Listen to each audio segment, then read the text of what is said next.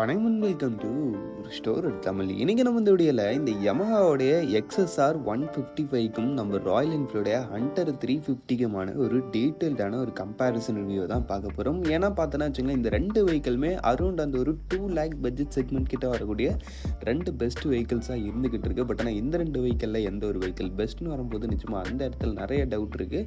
அந்த ஒரு டவுட்டை தீர்த்து வைக்கிற விதமாக தான் இன்றைக்கி இந்த வீடியோவை பார்க்க போகிறோம். வீடியோக்குள்ளே பார்த்து முன்னாடியே சின்ன வயசுல வைக்கலாம் சப்ஸ்கிரைப் பண்ண ஒரு செகண்ட்ஸ் பண்ணி கட்டி விட்டீங்கன்னா அது மாதிரி சூப்பர் போட்டுக்கான மொபைல் கண்டென்ட்ஸ் உங்களை தேடி வந்துகிட்டே இருக்கும். சரி வாங்க இப்போ நம்ம அதிகமாக அவசரமாக வீடியோக்குள்ள போகலாம். சரி ஃபர்ஸ்ட் நம்ம இப்போ இந்த ரெண்டு வெஹிக்கிளோடைய அந்த ஒரு டிசைன் கம்பேரிசன்லேருந்து ஆரம்பிப்போம். டிசைன் வைஸ் பொறுத்தளவுக்கு உங்களுக்கு ரெண்டுமே அந்த ஒரு ரெட்ரோ ஓரியன்ட் டச்சில் வரக்கூடிய ஒரு வெஹிக்கிள் தான். நம்மளுக்கு இந்த யமாவோட XSR பொறுத்தளவுக்கு இது வந்து உங்களுக்கு அந்த ஒரு கெஃபே ரேசர் ஸ்டைலிங்கில் இன்னும் கொஞ்சம் ஒரு காம்பேக்டான ஒரு நல்ல ஒரு அப்பியரன்ஸ்ன்றது நம்ம யமாவோட XSR 155 கிட்ட இருக்கு. நெக்ஸ்ட் நம்ம ராயல் என்ஃபீல்டு ஹண்டர் 350 பொறுத்தளவுக்கு நம்ம ராயல் என்ஃபீல்டு அந்த ஒரு சிக்னேச்சர் ஸ்டைலிங்கில் ஸ்லைட்லி கொஞ்சம் ஒரு காம்பேக்டான ஒரு கெஃபே ரேசர் ஸ்டைலிங்கில் தான் உங்களுக்கு இந்த ஒரு வெஹிக்கிள்ன்றதை டிசைனிங் பண்ணியிருக்காங்க. ரியலி ஆன் ப்ரெசன்ஸ்லன்னு பார்க்கும்போது ரெண்டு பேருமே நல்ல ஒரு யூனிக்கான ஒரு அப்பியரன்ஸோட தான் இருக்கிறாங்க. சொல்லப்போனால் XSR கொஞ்சம் அந்த ஒரு மாடர்ன் டச்சுக்கு ஏற்ற மாதிரி கூட இருக்குது.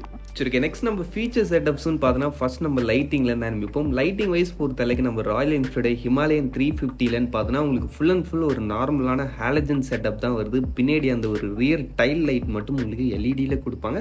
மற்ற எல்லாமே யூஸ்வலாக கொடுக்குற மாதிரி ஹாலஜன் தான். பட் நம்ம யமஹாவோட XSR 155லன்னு பார்த்தோன்னா உங்களுக்கு ஃபுல் எல்இடி செட்டப் வருது. இது வந்து ரியலி ஒரு சூப்பரான ஒரு விஷயம். அது இல்லாமல் இன்ஸ்ட்ருமெண்ட் கிளஸ்டர்லேயும் உங்களுக்கு ஒரு full digital instrument cluster round டைப்பில் அந்த கிளாசிக்னஸுக்கு ஏற்ற மாதிரி கொடுத்து அதில் உங்களுக்கு மொபைல் ஃபோன் கனெக்டிவிட்டி ஃபீச்சர்ஸ் எல்லாத்தையும் உங்களுக்கு கொடுத்துருக்காங்கன்றதுனால ரியலி ஃபீச்சர்னு வரும்போது அந்த இடத்துல யமஹா ஒரு பெஸ்ட்டான ரேஞ்சில் இருக்காங்க நம்ம ராயல் என்ஃபீல்டரை கம்பேர் பண்ணும்போது. சரி ஓகே நெக்ஸ்ட் நம்ம இப்போ பார்க்க போகிறதுன்னு பார்த்தோன்னா வச்சுங்களேன், இந்த ரெண்டு வெஹிக்கிளோடைய அந்த ஒரு இன்ஜின் கம்பேரிசன். நமக்கு இன்ஜின் வைஸ் பொறுத்தளவுக்கு நம்ம யமஹாவோடைய XSR 155ல யூஸ் பண்ணிக்கிறது சேம் நம்ம Yamaha R15ல யூஸ் பண்ணியிருந்த ஒரு 155cc சிங்கிள் சிலிண்டர் 4-stroke 4 வால்வுக்கான liquid cooled engine with 6-speed gear and slipper and resistance clutch.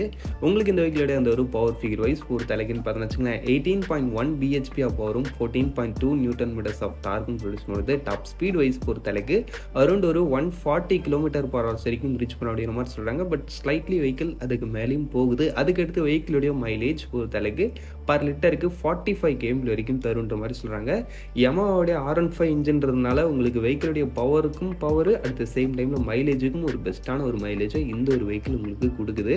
Next நம்ம ராயல் என்ஃபீல்டு ஹண்டர் 350 பொறுத்த அளவுக்குன்னு பார்த்தோன்னு வச்சுங்களேன், இல்லை யூஸ் பண்ணிக்கிறது உங்களுக்கு ராயல் என்ஃபீல்டு அந்த ஒரு புது jet platform 349cc single cylinder 4-stroke 2 வால்வுக்கான air cooled engine with 5-speed gearbox and wet multiplates clutch. ஓவராலாக பொறுத்தளவுக்கு அந்த ஒரு இன்ஜினோடைய ஹார்ட்வேர் வைஸ் பொறுத்தளவுக்கு நம்ம ராயல் என்ஃபீல்டுன்னு பார்த்தோன்னா அந்த ஒரு கியூபிக் கெப்பாசிட்டி அதிகம். பட் மற்றபடின்னு பார்த்தோன்னா மற்ற விஷயங்கள் எல்லாம் கம்மி. இதில் வந்து வெறும் 2 வால்வு தான் வருது. அது இல்லாமல் ஏர் கூல்ட் இன்ஜின் தான். அது இல்லாமல் இது 5-speed பெட் மல்டிப்ளெட். பட் ஆனால் அந்த இடத்துல உங்களுக்கு 6-speed slipper clutch 4 valve liquid cooled VVA டெக்னாலஜின்ற மாதிரி இன்ஜினில் ஃபீச்சர்ஸ் கொஞ்சம் நல்லாவே பண்ணியிருக்காங்க. அது இல்லாமல் அந்த வெஹிக்கிளோட இன்ஜின் ரிஃபைன்மெண்ட்டும் நல்லா இருக்குது. அதுக்குன்னு நம்ம ராயல் என்ஃபீல்டு இன்ஜினை வந்து மொக்கன்னு சொல்ல முடியாது. இதோட அந்த ஒரு டார்க்ன்றது இந்த செக்மெண்ட்ல வேற யாருமே கொடுக்க முடியாத அளவுக்கான ஒரு பெஸ்ட்டான ரேஞ்சில் இருக்கும்.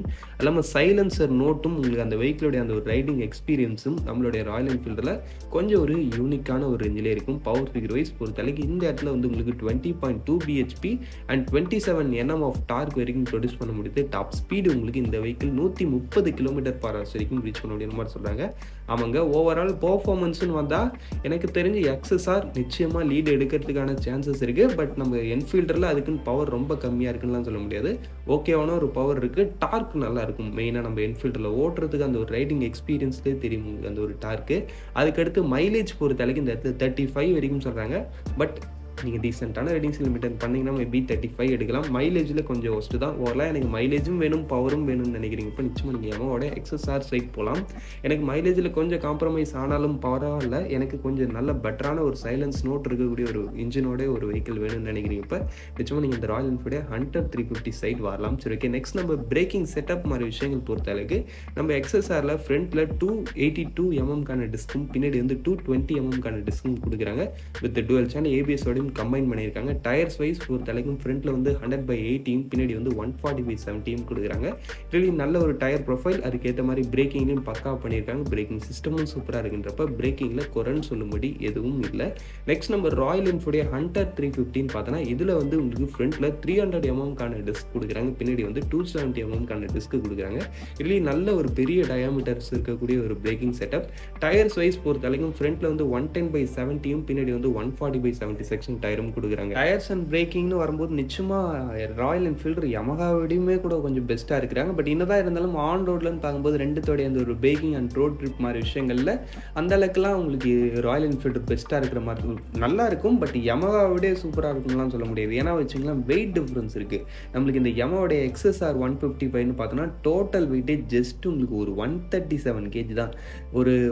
ஒரு ஆவரேஜான ஒரு 150cc வெஹிக்கிளையும் விட ஒரு கம்மியான வெயிட் தான் கொடுத்துருக்காங்க. பட் நம்ம ராயல் என்ஃபீல்டுடைய ஹண்டர் 350யோட வெயிட்னு பார்த்தோன்னா 181 kg, ஆல்மோஸ்ட் ஒரு 200 kg கிட்ட வரைக்கும் வருதுன்றப்ப இந்த இடத்துல வெயிட் அதிகம்ன்றனால உங்களுக்கு அந்த ஒரு ரோட் ஸ்டெபிலிட்டி, அது இல்லாமல் இந்த ஒரு வெயிட்டை பிடிச்சி நிறுத்துறதுக்காக தான் உங்களுக்கு இந்த அளவுக்கு ஒரு பெரிய பிரேக்கிங் செட்டப்ன்றது கொடுத்துருக்காங்கன்றனால ஆல்மோஸ்ட் ஆன் ரோட் ப்ரெசன்ஸ்லன்னு பார்க்கும்போது உங்களுக்கு அந்த ஒரு நல்ல ஒரு ஸ்போர்ட்டியரான ஒரு ரைட் அண்ட் ஹேண்டலிங் வேணும்னு நினைக்கிறீங்க. இப்போ நிச்சயமாக நீங்கள் இந்த அளவுக்கு ஒரு ஹெவி வெயிட்டான ஒரு வெஹிக்கிளை சூஸ் பண்ணுறது வந்து அந்த அளவுக்கு ஒரு பெஸ்ட்டு கிடையாது. ஏன்னா இது அந்த அளவுக்குலாம் ஃப்ளிக்கியெல்லாம் இருக்கும், ஸ்டேபிளாக இருக்கும். என்ஃபீல்டு வந்து நல்ல ஒரு எவ்வளோ ஸ்பீட் போனாலும் உங்களுக்கு வெஹிக்கிள் ஸ்மூத்தாக ஸ்டேபிளாக போகும். பட் ஆனால் ஒரு சடன் டிராஃபிக் ரெஸ்ட்லையோ இல்லை சடன் கட் அடிக்கிறதுக்கோ இந்த ஒரு வெயிட்ன்றது உங்களுக்கு ஒரு கை கொடுக்காதுன்னே சொல்லலாம். அந்த அளவுக்கு வந்து ஒரு ஹெவி வெயிட்டான வெஹிக்கிளை வச்சுட்டு நீங்கள் அந்த அளவுக்கு அந்த மாதிரி ஒரு ஃப்ரீயாக ஓட்ட முடியாது. ஃப்ரீயாக மீன்ஸ் ஃப்ளிக்கியாக இருக்காது, வெஹிக்கிள் வந்து ஸ்டேபிளாக ஸ்டிஃப் அண்ட் ஸ்டடியாக இருக்கும்.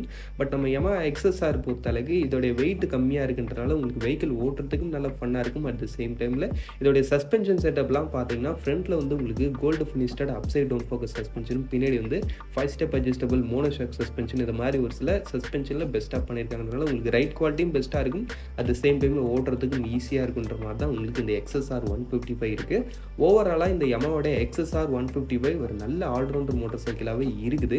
சரி, ஓகே, ஃபைனலாக எல்லாத்தையும் பார்த்தாச்சு. இப்போ நம்ம இந்த வெஹிக்கிளுடைய ப்ரைஸிங் பார்ப்போம். ப்ரைஸிங் பொறுத்தளவுக்கு நம்ம ராயல் என்ஃபீல்டுடைய ஹண்டர் 350 உங்களுக்கு பேசிக் மாடல் ஜஸ்ட் 1,65,000லேருந்தே ஸ்டார்டிங் ஆகுது. டாப் மாடல்னு பார்த்தோன்னா வச்சுக்கலாம் உங்களுக்கு 1,99,000 கிட்ட வரைக்கும் வருது. இல்லை இந்த ஒரு டாப் மாடல்னு பார்த்தோன்னா தான் உங்களுக்கு டுவெல் சேனல் ABS, அது இல்லாமல் ஒரு சில விஷயங்கள் நான் சொன்னது வரும்.